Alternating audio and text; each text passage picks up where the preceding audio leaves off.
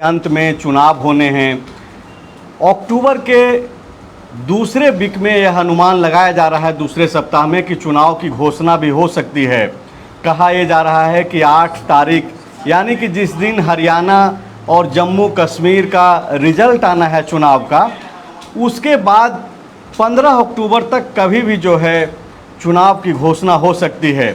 आप देखिए कि इन चर्चाओं के बीच सारी पॉलिटिकल पार्टियां जो है चुनावी तैयारियों में जुट गई है। परिवर्तन यात्रा 2 तारीख को ही समाप्त हुआ और मुख्यमंत्री मैया सम्मान यात्रा का जो दूसरा फेज है, आज से कल्पना मुर्मू सोरेन और मंत्री बेबी देवी, मंत्री दीपिका पांडे शुरू कर चुकी हैं। तो एक तरीके से जो पॉलिटिकल कैंपेन है, जनता से संपर्क साधने की कोशिश है, वो जारी है। इस बीच भाजपा ने आज बड़ी घोषणा की है, अपने पंच प्रण नाम से जो है 5 बड़ी घोषणाएं बीजेपी की झारखंड इकाई ने की है, जिसके तहत 5 लाख रोजगार, 2,87,000 जो रिक्त पड़े पद हैं उसको भरे जाएंगे। और ये जो अभी मुख्यमंत्री मैया सम्मान योजना के तहत जो 1,000 रुपया दिया जा रहा है, उसको बीजेपी आएगी तो गोगो दीदी योजना करके उसको 2,100 रुपया करेगी। बीजेपी ने एक और बड़ी घोषणा की है, वो ये है कि सिलेंडर जो है, गैस सिलेंडर मात्र 500 रुपया में बीजेपी देगी सरकार बनने के बाद, और साल में 2 सिलेंडर मुफ्त भी मिलने जा रहे हैं। तो इस तरीके की कई बड़ी घोषणाएं बीजेपी ने की है। साथ ही ग्रेजुएट और पोस्ट ग्रेजुएट युवाओं के लिए अब बीजेपी की सरकार बनने के बाद 2 सालों तक जो है 2,000 रुपये हर माह दिए जाएंगे। तो इस तरीके की बड़ी घोषणाएं हैं। हर झारखंडी को एक जो है पक्का मकान दिया जाएगा। तो ऐसे में जो 5 बड़ी घोषणाएं बीजेपी ने की है उसकी भी चर्चा है। लेकिन इन सब से इतर जो एक चर्चा है पलामू को लेकर के, पलामू प्रमंडल को लेकर के, वो ये है कि एनसीपी को जो झारखंड में एक तरीके से पहचान के तौर पे दे रखे थे कमलेश सिंह, जो हुसैनाबाद के मौजूदा विधायक हैं, और उनके बेटे और एनसीपी के पूर्व नेता और अब बीजेपी के नेता सूर्या सिंह, इन दोनों की भूमिका जो है अब क्या होगी और पलामू में किस तरीके की राजनीति अब होने वाली है, तब जबकि 3 दशक के बाद कमलेश सिंह, सूर्या सिंह, ये पूरा परिवार जो है बीजेपी का इन्होंने दामन थाम लिया है। आपको मालूम होगा कि कल ही हम लोग लगातार बीजेपी के दफ्तर से यह दिखा रहे थे कि कैसे हजारों की संख्या में लोग पलामू से चल कर के जो है रांची आए हुए थे। एक तरीके से पलामू और जो हुसैनाबाद है, गढ़वा है, ये जो इलाका है, वहाँ से लोग यहाँ पर आए हुए थे। सूर्या सिंह फॉलोअप के दफ्तर पहुँचे हैं और दरअसल अब जबकि पूरा स्टेट चुनावी मोड में आ गया है, ऐसे में ज़रूरी है कि सूर्या जी से बातचीत की जाए और इस बातचीत में आपसे भी हम लोग सवाल लेंगे। और जो दर्शक बाद में इस वीडियो को देखेंगे, चूँकि अभी हम लोग लाइव कर रहे हैं, तो बाद में भी जिन दर्शकों का सवाल आएगा वो भी आप सवाल कर सकते हैं। इस लाइव के बाद जब कभी सूर्या सिंह जी से मुलाकात होगी तब भी मैं आपके सवालों को जगह दूंगा। सबसे पहले तो सूर्या जी, आपको बधाई नई पारी, नई पार्टी के लिए। बहुत बहुत धन्यवाद संजय जी। अब 24 घंटे से ज़्यादा के वक्त हो गए हैं, अब आप बीजेपी के नेता के तौर पे हैं जी। क्या बदलाव? सबसे पहले तो आप अपनी पॉलिटिकल जो आपकी जो व्यवस्था थी, आपकी जो पोजीशनिंग थी, उसमें और बीजेपी में आने के बाद क्या बदलाव आप देख पा रहे हैं? देखिए, हम लोग हमेशा पीपल्स मैन रहे हैं। आप भी देखे हैं कि हम लोगों का जो चुनाव राजनीतिक हिस्ट्री रहा है, हमेशा हम लोगों ने डेवलपमेंट की राजनीति की है। कभी ना हमने कास्ट पॉलिटिक्स की है, कभी ना हमने ऐसा पॉलिटिक्स किया है कि 2 समुदाय की लड़ाई हो। तो हम लोग हमेशा से बिलीव किए हैं कि यूथ एम्पावरमेंट हो, आपको सशक्त हो, जो चीज़ें बेसिक चीज़ें जो 50-60 साल से जिन पर गांव के लोगों का हक था, जैसे इलेक्ट्रिसिटी, रोड जो नहीं थी। मेरी मतलब आपको बताने में मुझे कोई हिचक नहीं है, क्योंकि मैं हॉलो टॉक नहीं कर रहा हूँ, आप चेक भी कर सकते हैं। हम लोगों ने जब राजनीति की शुरुआत की, इलेक्टेड जब कमलेश जी पहली बार वहाँ पे विधायक बने 2005 में हुसैनाबाद में, आप देखिएगा कि इलेक्ट्रिसिटी थी ही नहीं, ऑलमोस्ट नील थी, और थी भी तो महीनों में 1-2 बार आती थी। तो हम लोगों ने वहाँ पे ग्रिड की स्थापना की, 18 आवर्स 20 आवर्स इलेक्ट्रिसिटी का हमने प्रबंध किया। रोड्स 95% जितने भी विधानसभा में बने हैं उसी समय बने। एजुकेशन में वहाँ कॉलेज नहीं था, मतलब मैं यहाँ पर गिनाने लगूँगा तो आप खुद देख लीजिएगा। लेकिन हमने हमेशा एक चेंज लाया, क्योंकि हम दिल से चाहते हैं कि जनता पॉलिटिशियंस को रिस्पेक्ट करे, क्योंकि मैं हमेशा मानता हूँ पॉलिटिक्स सबसे ऊपर का प्रोटोकॉल होता है लाइफ में, बिल्कुल, क्योंकि उसको हर चीज़ को देखना पड़ता है। और जब तक दिल से रिस्पेक्ट नहीं होगा, और रिस्पेक्ट तब होता है जब आप लोगों को ठगते नहीं हैं, तो हम लोगों के लिए खड़े रहते हैं जितना हो सके। देखिए हम लोग भी भगवान नहीं हैं, हम लोग ह्यूमन हैं। अगर टू एयर इज़ ह्यूमन, ऐसा नहीं है कि गलतियां नहीं हो सकती हैं, लेकिन चीट नहीं करते हैं। गलती आपसे भी हो सकती है, मुझसे भी हो सकती है, लेकिन इतना मैं आपको कह सकता हूं कि हम लोग चीट नहीं कर सकते। राजनीति में कोई बात छुपती नहीं है।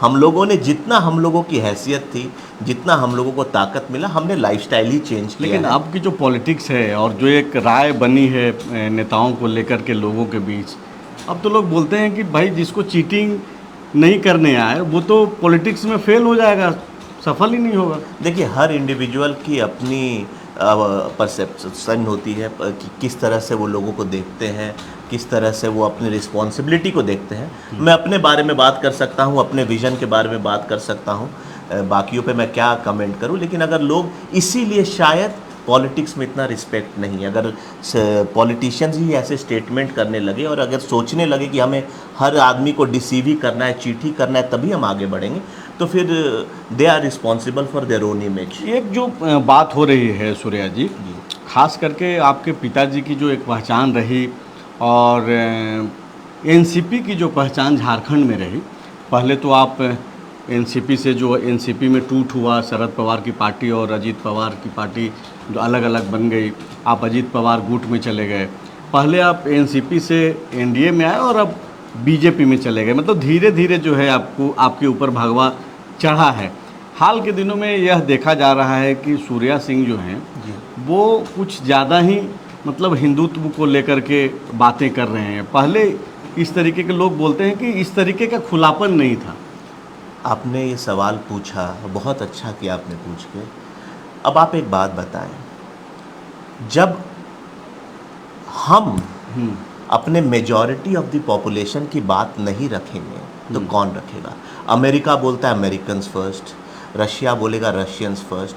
अगर इंडियन में हम लोग, वो अलग चीज़ है कि हम लोग इतने सेकुलर है कि in India we count everyone and we, हम लोग को सबको काउंट भी करना चाहिए, हिंदू मुस्लिम सिख ईसाई, सम्मान भी करना चाहिए।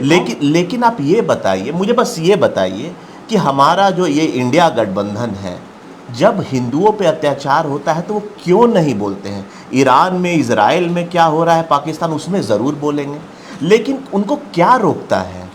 आप सोचिए, जो ये गर्व नहीं कर, जो 80 हिंदू में सब आते हैं ना, राजपूत आ गए, ब्राह्मण आ गए, बनिया आ गए, लाला आ गए, पासवान, मतलब जितने, मतलब 80% हिंदुस्तान का 80% आबादी हिंदू है। और आपको क्या कहते हैं, वर्ल्ड के 95% हिंदू हिंदुस्तान में रहते हैं। और अगर हम लोग अपने मेजॉरिटी ऑफ लोगों की बात नहीं करेंगे तो कौन करेगा? कल हम लोग कहाँ जाएंगे? मान लीजिए कल कुछ सिविल वॉर ही हो गया, हम किस देश में जाएंगे? वहाँ लोग बोलेंगे कि तुमको तो अपना ही देश नहीं रिस्पेक्ट करता है।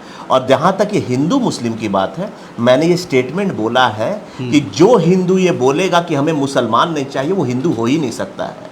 क्योंकि हिंदू, और मैंने ये भी कहा है कि हिंदू बड़ा भाई था हिंदुस्तान में, रहेगा, और पहले मतलब जो आगे भी, क्योंकि हम लोग भी जब बाहर जाते हैं, दुबई गए या कहीं किसी और कंट्री में, वहाँ हम छोटे भाई हो जाते हैं, वहाँ तो हम लड़ते नहीं हैं। और मैं इसलिए बोल रहा हूँ क्योंकि जितना मुसलमान भाइयों के लिए हमने काम किया, और जब तो फिर बड़ा और छोटा का क्या मतलब है? साथ में हम लोग नहीं, आप ये आइडियोलॉजी में अगर हम क्लैरिटी नहीं रखेंगे ना तो वॉर होगी। आप 80% को बड़ा भाई मानना ही पड़ेगा आपको, क्योंकि हम लोग भी दूसरे देश में 80% को बड़ा भाई मानते हैं। आप ये चीज़ जाके वहाँ बोलिए, आपका सर काट देगा। इंडिया तो इतना सेकुलर है कि कुछ बोलता नहीं है। और मैं ये इसलिए बोल रहा हूँ क्योंकि हम लोगों ने जितना मुस्लिमों के लिए विकास किया हमारे क्षेत्र में, आज तक इतिहास में किसी ने नहीं किया है। हम डेवलपमेंट की बात कर रहे हैं, ऐसा नहीं है कि बस मैं हिंदू मुस्लिम की बात कर रहा हूँ। जो एज अ पॉलिटिशियन मेरी रिस्पॉन्सिबिलिटी है, हम हिंदू के लिए भी कर रहे हैं, मुस्लिम के लिए भी कर रहे हैं, वहाँ कोई हम लोग डिफरेंस नहीं कर रहे हैं। लेकिन जहाँ तक देश की बात है, अगर हम लोग लास्ट हिंदू बचे हुए हैं और अगर हमें हिंदू के अत्याचार पे बोलने पे शर्म आ रहा है, आप मुझे एक सिंपल चीज़ बताइए, क्यों कोई बड़ा विपक्ष का नेता हिंदुओं पे जब अत्याचार होता है तो उसके बात करने से कतराता है? वो क्या आपके आने वाले वंश की रक्षा करेगा? कहाँ आप जाइएगा? क्या अत्याचार हो रहा है? हिंदू जब बांग्लादेश में हुआ, प्लीज अंडरस्टैंड, जो बांग्लादेश में हिंदुओं पे किलिंग हुई, तो फिर तो आप आप एक तरफ सवाल उठा रहे हैं कि इजराइल और ईरान में कुछ होता है तो यहाँ से लोग बात करते हैं। तो आप बांग्लादेश, अभी सूर्या सिंह जो एनसीपी अजीत पवार गुट होते हुए बीजेपी पहुंचे हुए हैं, सवाल तो इसका है ना कि भाई अचानक से आपको इस तरीके की भाषा का इस्तेमाल ही क्यों करना पड़ रहा है? एक मेरा सवाल ले लीजिए, क्योंकि कमलेश सिंह जी का अपना व्यक्तिगत, उनका जो व्यक्तित्व है, जो अपनी सेल्फ आइडेंटिटी है उस पूरे परिवार की और अब आपकी भी, तो अब आप लोग जब अपना सेल्फ आइडेंटिटी है तो क्या इस तरीके के बयान और बीजेपी में आने का फैसला, क्या ये कोई दबाव था कि हुसैनाबाद में आपको ये लग रहा था कि अगर बीजेपी नहीं जाते हैं और बीजेपी में जाने से पहले एक इस तरीके का पिच तैयार नहीं करते हैं तो चुनाव में मुश्किल होगी? अब समझिए, ये मेरा जो बयान है ये एक सालों से आ रहा है। बीजेपी में तो हम लोग अभी गए हैं और पिच तैयार नहीं है। अब मुझे नहीं पता था कि बांग्लादेश में ऐसा हो जाएगा। आप देखिए, मेरा ये बयान बांग्लादेश के इंसिडेंट के बाद आया है। जब तक कोई चीज़ होगा नहीं, मैं उस पर बोलूँगा कैसे? और ये इसलिए बोला गया है क्योंकि जब बांग्लादेश में हिंदुओं पर अत्याचार हो रहा था तो कोई बोल नहीं रहा था। और मुझे ये शौक लग रहा है कि जब आप बाकी चीज़ों पे बोलते हैं तो इस पर आप झिझक क्यों करते? इस पर भी आप बोलो ना। अगर आप बोलिए, अगर ये मेरा गलत तरीका है, अगर मुझे नहीं बोलना चाहिए था तो आप बताइए, मैंने गलती तो नहीं की है। और मेरा बयान, आप एक भी स्टेटमेंट दिखा दीजिए उससे पहले मैंने हिंदू मुस्लिम किया हो। हाँ, एक मेरे पास आपके ही चैनल पे इंटरव्यू था जिसमें मैंने कहा था कि आप हिंदू मुस्लिम, मैंने ये भी कहा था कि नेता लोग हिंदू मुस्लिम को लड़ाते हैं चुनाव में, और ये रहा है हमेशा से। मेरे अकेले बोलने से क्या होगा? लेकिन जहाँ तक मेरा स्टैंड था, हिंदुस्तान में बड़ा भाई था, है और रहेगा। ये मैंने पहले भी बोला था। ठीक है, ये तो आपका एक लाइन है, वो जनता और जो हुसैनाबाद के लोग हैं या फिर झारखंड के लोग हैं वो सुनेंगे, वो अपने हिसाब से तय करेंगे। मेरा सवाल ये है कि क्या आप और आपका जो पूरा परिवार है, जो राजनीतिक, जो आप लोग हैसियत रखते हैं झारखंड में, जी, खास करके पलामू के इलाके में, हुसैनाबाद से आप लोग हमेशा जीतते रहे ज़्यादातर मौक़ों पे, तो क्या इस बार आप लोगों को ये एहसास हो गया कि अगर बीजेपी का दामन नहीं थामते हैं तो फिर दिक्कतें होंगी चुनाव में, इसलिए आप लोग आए? क्योंकि एनसीपी का तो वजूद यहाँ था नहीं, पहले भी नहीं था। एनसीपी का वजूद आपकी फैमिली से जुड़ी हुई है, कमलेश सिंह के व्यक्तित्व से जुड़ा हुआ था। देखिए, आपने खुद बोला ना, हम लोग पीपल्स मैन हैं, हम लोग कभी पार्टी पे उतने डिपेंडेंट नहीं रहे, हम डेवलपमेंट पे रहे। तो बीजेपी पे हम लोग चुनाव जीतने के लिए नहीं आए हैं। बीजेपी के शीर्ष नेताओं से हमारी बातें हुई, वो फिर हमारे नेताओं से उनकी बातें हुई, हम लोग बैठे। ये कोई रैंडम डिसीजन नहीं है कि हम आज सोचे और ये एक प्रोसेस था। इसमें हमारी भी कुछ बातें थी कि भाई वैसे हम लोग एनडीए के तो अंग थे ही, हमें बीजेपी में जाने की क्या ज़रूरत है? एनडीए में हम सपोर्ट ही कर रहे हैं उस चीज़ को, और इसलिए एनडीए को सपोर्ट कर रहे थे क्योंकि हमने देखा कि इंडिया गठबंधन ने हमारे पीठ पे छुरा मारा। हमारे पीठ पे नहीं, जनता के पीठ पे छुरा मारा, क्योंकि जो चीज़ हमसे मदद ले रहे थे। तो आपके पिताजी ने बकायदा सपोर्ट किया था, इसीलिए मैंने कहा ना, सपोर्ट किया था विश्वास पा करके। और हमने उनको हर जगह, गुरुजी के समय भी हम लोगों ने राज्यसभा में उस समय मदद किया था, जब इससे पहले भी पिताजी जीते थे। हेमंत सोरेन जी से हम लोगों का एक रिश्ता था, व्यक्तिगत तो अलग ही चीज़ है, प्रोफेशनली भी उनके साथ हम लोग खड़े रहे थे। लेकिन आपने देखा कि डिस्ट्रिक्ट का जो हमारा मांग था उसके ऊपर एक स्टेटमेंट तक नहीं गया, जबकि शरद पवार जी ने बोला सबने। तो इतने एरोगेंस से गठबंधन नहीं चलता है। अगर आप मैंने कहा ना, बड़े बड़े तुर्रम खान आए और चले गए। आप अगर एरोगेंट रहिएगा, आप अगर इनसिक्योर रहिएगा तो आपके साथ जेन्युइन लोग नहीं रहेंगे। अच्छा, एक बात ये बताइए सूर्या जी कि ठीक है, एक परिवर्तन यात्रा बीजेपी ने की और जिसका समापन भी हुआ, मोदी जी भी आए। एक आप ही के प्रमंडल में जो है एक यात्रा और हुई, मुख्यमंत्री मैया सम्मान आभार यात्रा। कल्पना सोरेन लीड कर रही हैं, और जो भीड़ पलामू में जो समर्थन मिला उस यात्रा को, और जो तस्वीरें निकल कर के आई, लोग ये बोल रहे हैं कि भाई वो पलामू जहाँ पे झारखंड मुक्ति मोर्चा जो है अपना अस्तित्व तलाशता था, वहाँ पे इस बार जो है माहौल बदला है।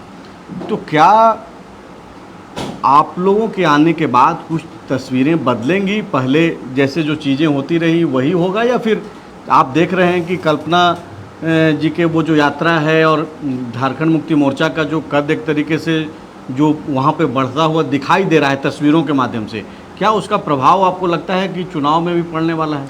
देखिए, ये जो मैया सम्मान यात्रा है या जो योजना है, ये मैं इसको अप्रिशिएट करता हूँ, लेकिन आप इसको इलेक्शन में इनकैश मत करिए। अब हर कोई करता है, आप बोलिएगा कि हर कोई कर रहे हैं। आप देखिए ना, आप तो फॉर्म भरवाना आज से शुरू कर दिए। आप पूरी बात मेरी सुनिए ना।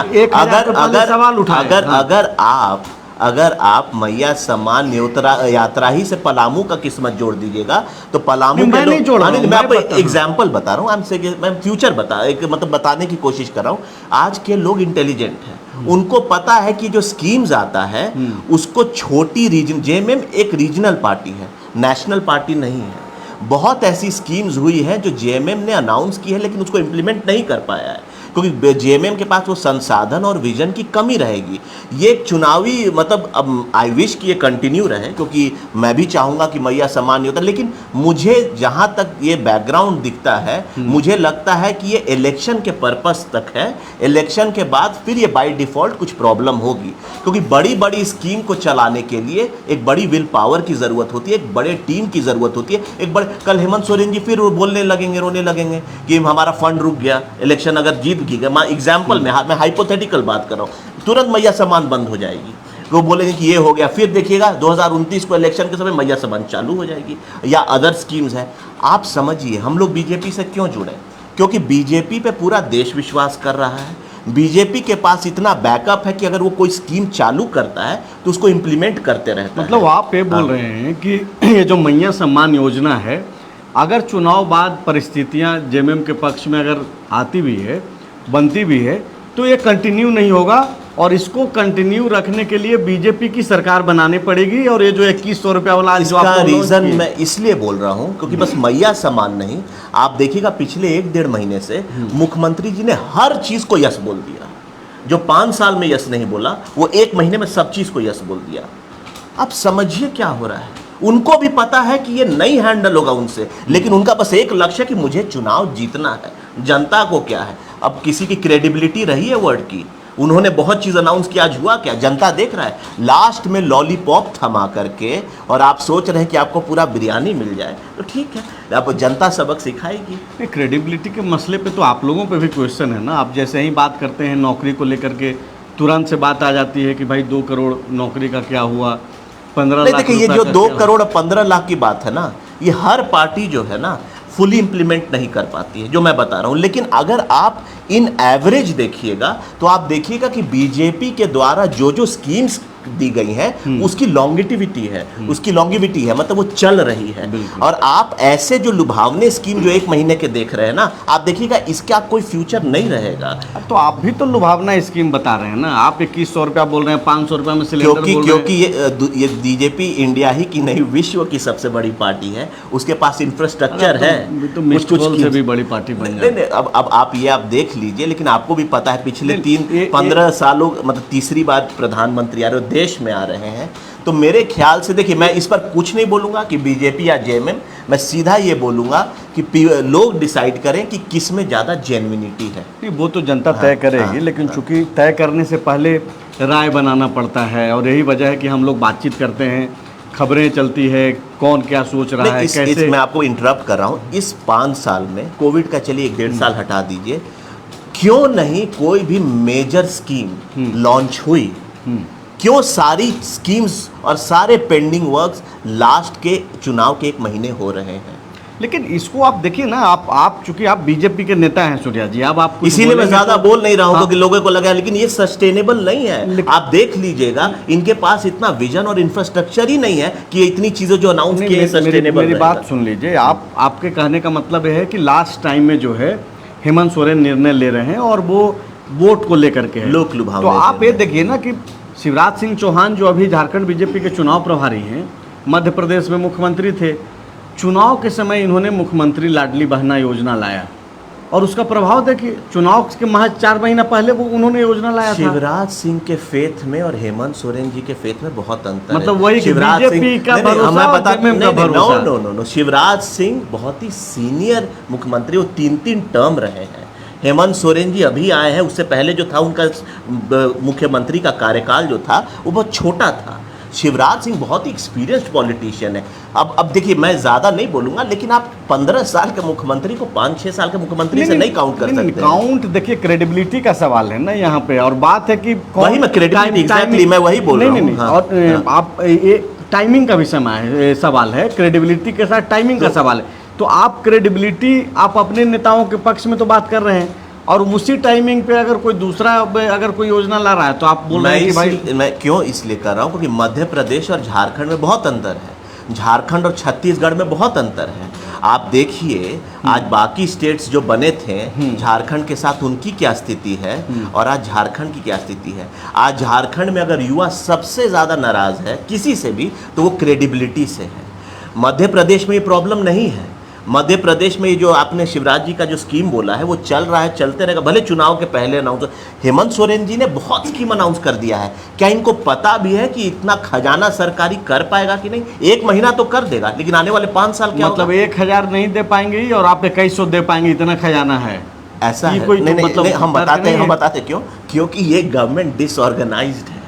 ऑर्गेनाइज जब चीज़ें होती है ना, तब आप लॉन्गेविटी की बात करते हो, उसके लिए एक्सपीरियंस चाहिए। आपने बिल्कुल सही बोला कि ये गवर्नमेंट दे सकती है, वो क्यों नहीं दे सकती है। जब आप ऑर्गेनाइज तरीके से आगे बढ़ते हैं तब आप लंबा चल सकते हैं।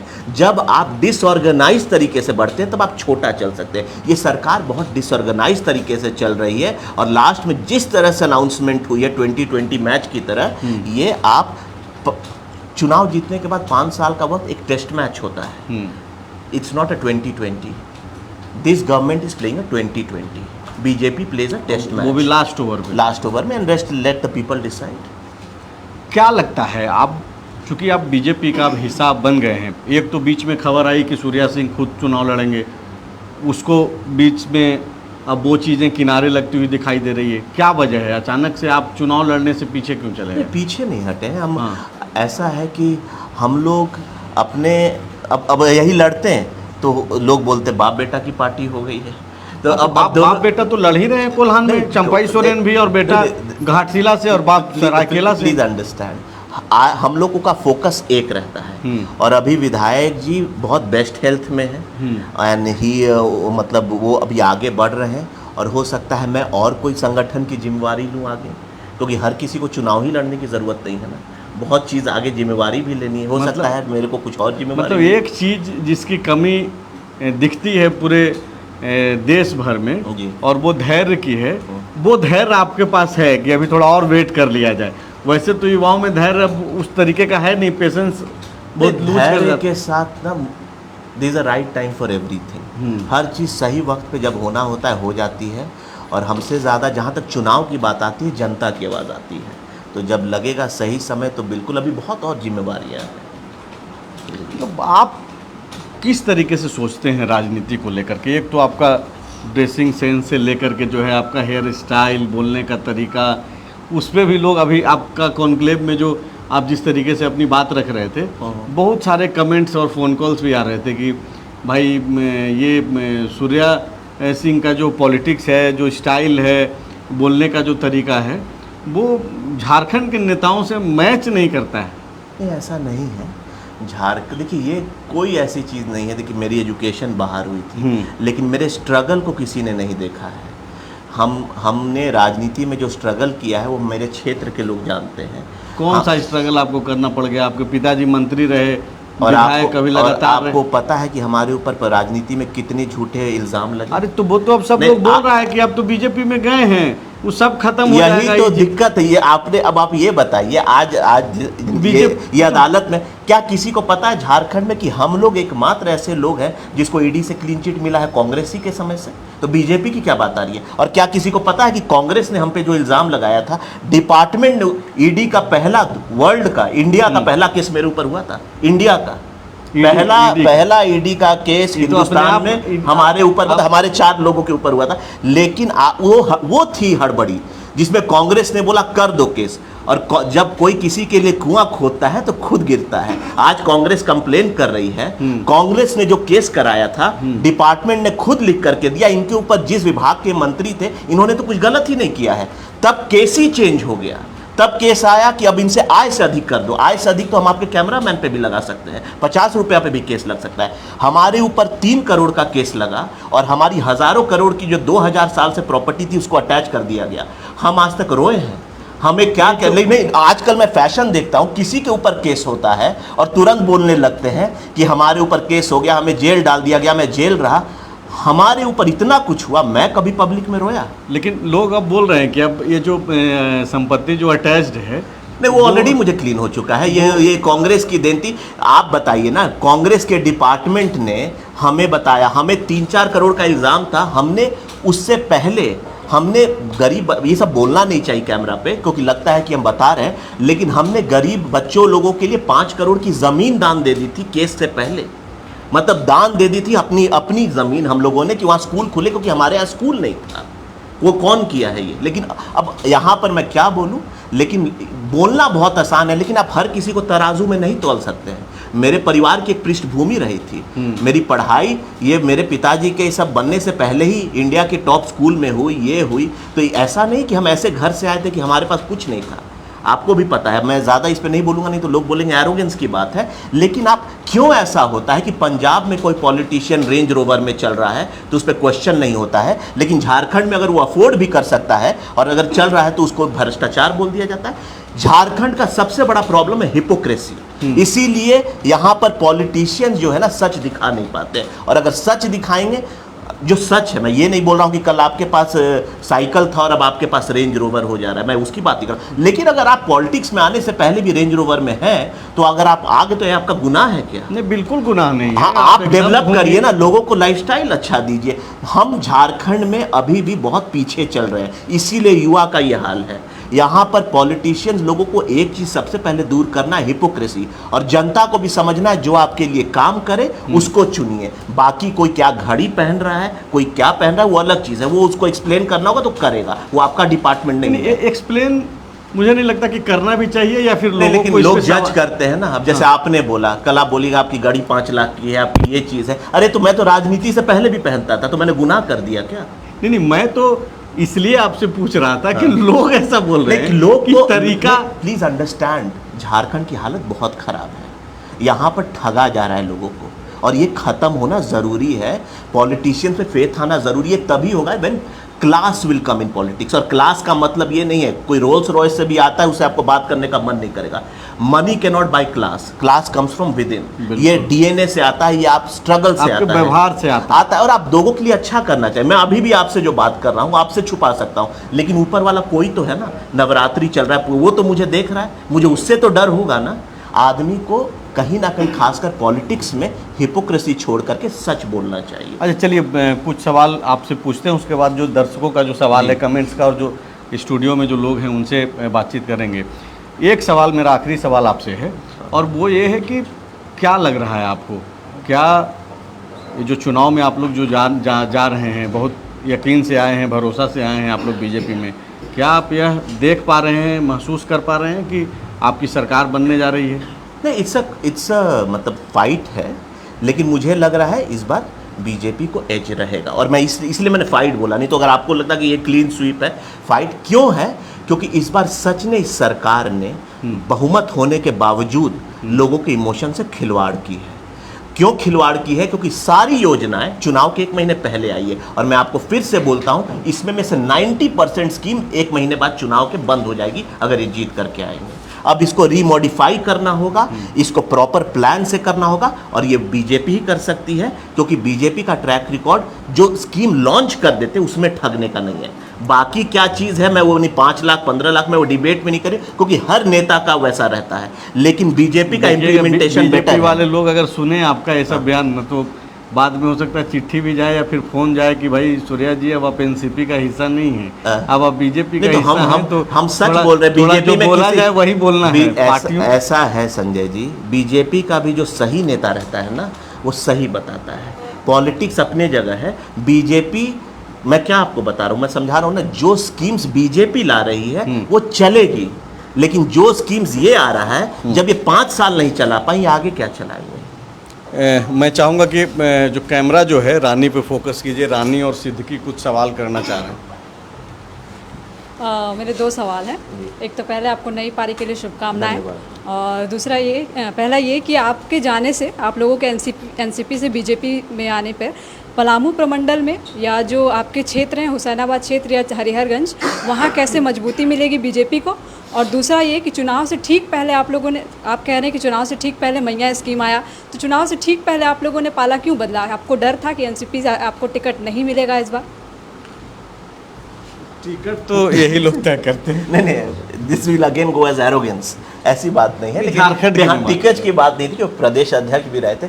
देखिए, आपने पहले मुझसे क्या पूछा था? पलामू।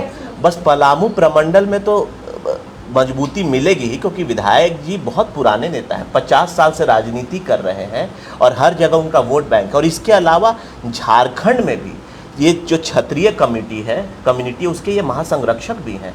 तो हर जगह जहाँ क्षत्रिय पॉकेट्स हैं, कहीं 5000, कहीं 4000, 3000, बहुत विधानसभाओं में हो सकता है कि वहाँ भी फर्क पड़ेगा, तो मजबूती मिलेगी ही। और चुनाव के लिए देखिए, सब चीज़ का सही वक्त होता है।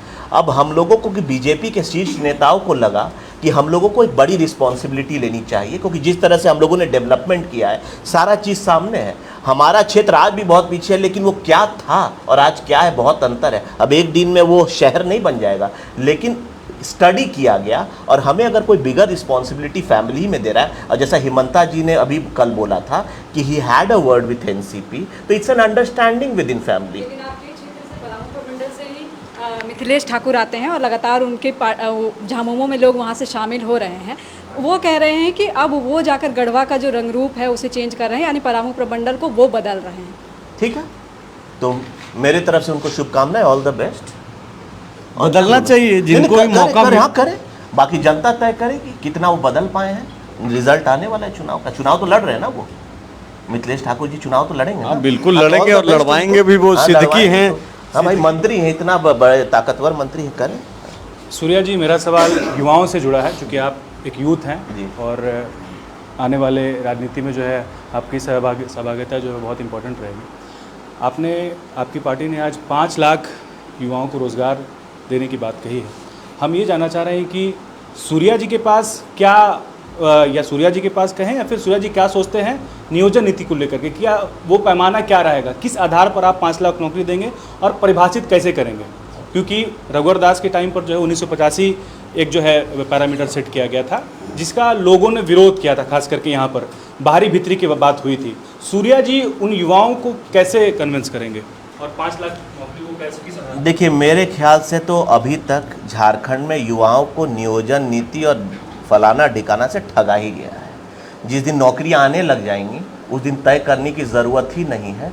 सबको पता है झारखंडी कौन है, कितने सालों से रह रहा है।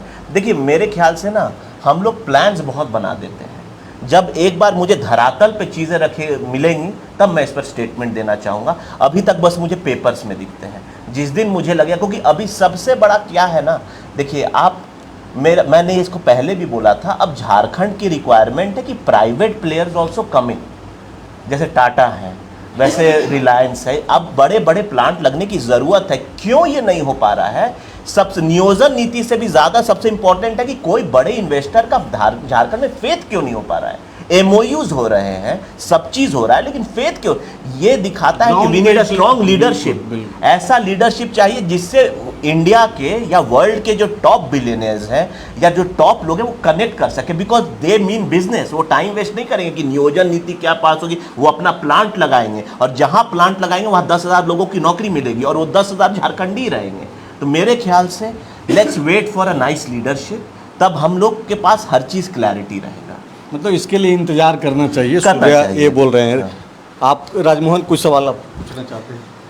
मैं ये सवाल पूछना चाहता सूर्या जी आपसे कि अभी आपने भाजपा ज्वाइन की है चुनावी फिजा में, तो ये क्या आपको लग रहा है कि सही वक्त है बीजेपी ज्वाइन करने के लिए? चूँकि एक तरफ तो भाजपा पूरी फौज उतार दे रही है हेमंत सोरेन के खिलाफ, और एक तरफ हेमंत सोरेन की पत्नी अकेले कल्पना मुर्मू सोरेन है जो भाजपा के कैंप में खलबली मचा के रख दी है मैया सम्मान यात्रा के लिए। और कहीं ना कहीं जो मुद्दे हैं वो मुद्दे वही same to same copy paste करने को मजबूर कर दिया गया है भाजपा को। आपने देखा मैया सम्मान के एवज में आज जो पंच प्रण जारी किया है, उसमें जारी किया गया है वो गोगो दीदी जो पहले कहा जाए तो 2100 1000 की बात पर 2100 और भी जो चीज़ें हैं रोज़गार की बातें चाहे, वो सब कुछ कहीं ना कहीं कॉपी पेस्ट नज़र आ रहा है। इस पर इसको कैसे देखा जाए? इसको मैं अगर दूसरे वे से बोलूँ तो हो सकता है जेएमएम ने कॉपी पेस्ट किया हो, क्योंकि शिवराज जी की लाडली बहन की योजना उससे पहले हुई है। तो देखिए कॉपी पेस्ट की बात नहीं, जेएमएम ने आइडिया लिया बीजेपी के बाकी राज्यों के स्कीम से और उसको झारखंड में लगाया जा रहा है। तो बीजेपी ने ये बताया है कि ये स्कीम्स हमारे हैं, हम बाकी स्टेट में पहले किए, आप कॉपी पेस्ट कर रहे हैं लेकिन आप इसको इम्प्लीमेंट नहीं कर पाएंगे। जो आदमी कॉपी पेस्ट करता है, जो आदमी लर्न कर करके राइट करता है, अंतर होता है। ये कॉपी पेस्ट कर रहा है, आपने बिल्कुल सही बोला, जेएमएम कॉपी पेस्ट कर रहा है लेकिन बीजेपी उसको इम्प्लीमेंट करते आया है। इस पर क्या कहेंगे कि अकेले कल्पना सोरेन और हेमंत सोरेन, आप भाजपा के तमाम केंद्रीय मंत्री, तमाम अलग प्रदेशों के मुख्यमंत्री यहाँ पहुँच जा रहे हैं और बावजूद इसके कल्पना सोरेन की सभा में जितनी भीड़ उमड़ रही है? देखिए अब हम उस भीड़ पे ज़्यादा टिप्पणी नहीं करेंगे, क्योंकि बहुत लोग ने बोला है कि सरकारी ऑफिसर्स लोगों को टारगेट दिया गया भीड़। खैर मैं आई डोंट चंपईदा बोले हैं द फॉलो बोले हैं तो आपको पता है भीड़ इकट्ठा करना कोई बड़ी बात नहीं हो, भीड़ वोट में बदले तब बड़ी बात होगी। भीड़ तो इकट्ठा आजकल सरकार के लोग भी बड़ी बात है, लेकिन जब आप राज्य के मुख्यमंत्री रहे और आपके पास सब ब्यूरोक्रेसी रहे तब बड़ी बात नहीं है। आप कभी देखिएगा जब भाजपा का मुख्यमंत्री होगा इसका तिगुना भीड़ इकट्ठा हो जाएगा। मतलब आप उस समय ब्यूरोक्रेसी और व्यवस्था का इस्तेमाल करेंगे? नहीं, अगर भीड़ इकट्ठा करना, अगर आप बोल रहे एग्जाम्पल दिखाना हो तो एक मुख्यमंत्री बहुत प्रधानमंत्री के बाद दुनिया का सबसे बड़ा पोस्ट मतलब पॉलिटिक्स में मुख्यमंत्री होता है भारत में, सॉरी। तो आपको पता है भीड़ क्या इकट्ठा हुआ। अगर किसी डीएम को एसपी को बोला जाए कि आप करिए नहीं तो आपका ट्रांसफर हो जाएगा, वो अपने पॉकेट से पैसा लगा के भीड़ इकट्ठा कराएगा। और बहुत जगह तो आपने देखा है जहाँ भीड़ इकट्ठा हुई है वहाँ पे भीड़ ने कंप्लेन किया है कि हमें बोला गया था हमें ये मिलेगा वो मिलेगा, उसके बाद वो हर जगह से इस तरीके के कंप्लेंट तो हम लोग बात ही नहीं करते। लेकिन जहाँ तक इस योजना की बात है, जेएमएम ने ये योजना बीजेपी से सीखा है लेकिन जेएमएम का इम्प्लीमेंटेशन रिकॉर्ड 0 है। इसीलिए मैं बोल रहा हूँ कि ये जो गोगो दीदी का है। लेकिन देखिए राजमोहन जी का जो सवाल है ना सूर्या जी, वो ये है ठीक है कि भीड़ इकट्ठा कैसे किया जा रहा है, नहीं किया जा रहा है, लेकिन कल्पना सोरेन की सभाओं का एक आकर्षण तो दिख रहा है।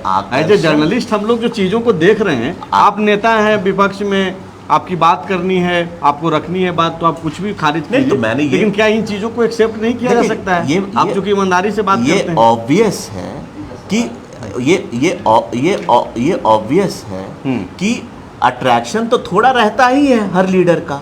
जेएमएम को हम लोग रूल आउट नहीं कर सकते ना, 30 सीट्स है उनके पास, लेकिन ये अट्रैक्शन जो है उनको गवर्नमेंट बनाने में हेल्प नहीं करेगा। एक जो सबसे बड़ा सवाल है और इसी सवाल के आधार पे आपने इंडिया अलायंस का साथ छोड़ा, वो ये है, एक दर्शक पूछ रहे हैं कमेंट में कि क्या यह मान लिया जाए कि अब हुसैनाबाद जिला बन जाएगा?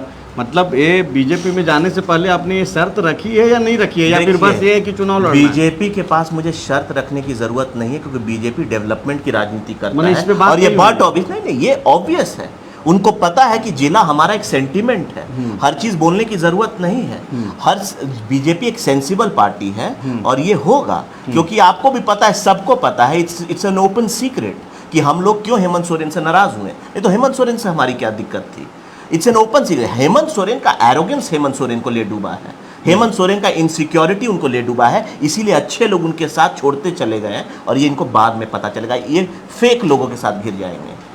क्योंकि देखिए समझिए ना, आप जिला के ऊपर एक स्टेटमेंट तक नहीं दिए। मेरा छोड़िए, आपने शरद पवार का भी डिसरिस्पेक्ट किया, उन्होंने लेटर दिया, आपने ये किया, तो ये दिखाता है। देखिए पॉलिटिक्स में ना एरोगेंस अगर गलत हो जाए ना, अगर ईगो गलत हो जाए ना, तो आपकी कुर्सी जाने में देर नहीं लगती है।